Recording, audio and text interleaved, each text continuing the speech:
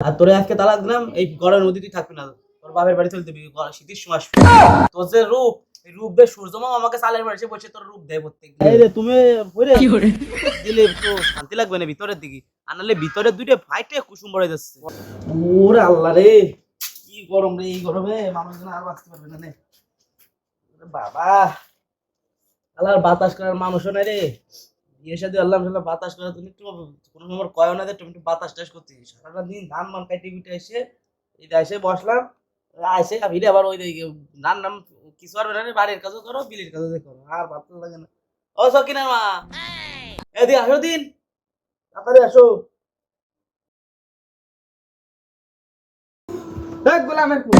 গরমেতে মানুষ বাঁচতেছে না, কে এসেছে শাস্তির কে? ওগেননি তুমি কি বুঝতেছো না, আমার তলের দুই আন্ডা কর্নে ফাইটে কুসুম বড় হয়ে যাবে না। তুমি তো গরমের মধ্যে দিনবার ঘরের মধ্যে বসে সিরিয়াল মারাচ্ছো, তোমার আব্বার একটু আসতে কাও। আচ্ছা তো তুমি বাজারে যায় গোশ মাছ নিয়ে আসো, আব্বা আসবে না, রাইন্দে দিতে হবে না নে।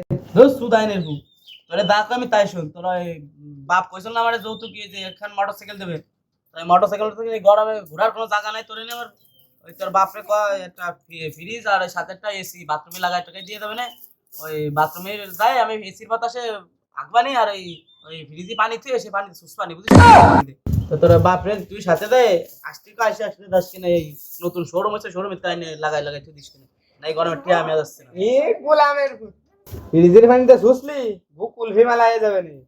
কি বলি, তুই তালাক, তোর বাপ তালাক, তোর 14 গোষ্ঠী ধরে তালাক। তুই যেদিন ফ্রিজার এসি আমার বাড়ি আনবি সেই দিন তুই আমার বাড়ি আসবি, আর তোরে আজকে তালাক দিলাম, এই গরমের মধ্যে তুই থাকবি না, তোর বাপের বাড়ি চলে যাবি, শীতের সময় আসবি।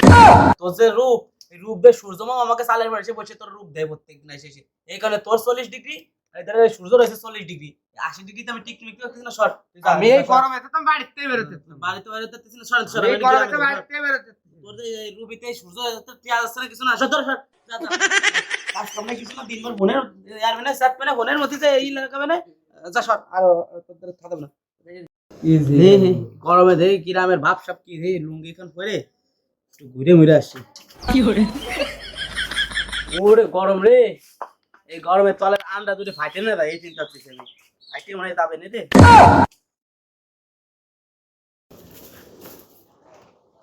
ও বাবা, কাকা, হ্যাঁ বাতি যাও। তোমার কি অবস্থা? একবার মুসলমানি নেছে, বুড়ো বয়সে বিয়েটি হয়ে আবার মুসলমানি নেছে নাকি? গরমেতে তলের দুইটা গেছে সব বার হয়ে। আরে কার বাপু কয়ে না, আগেবার মুসলমানি দিল তো দাওয়াত দিলে না, এইবারও মুসলমানি নিয়ে নিলে দাওয়াতটা দিলে না। যদি দাওয়াত দিতে তাহলে এই দিকে গরম পড়ছে, এই গরমে দেখো একটু বেশি করে দই খাওয়া যাচ্ছে।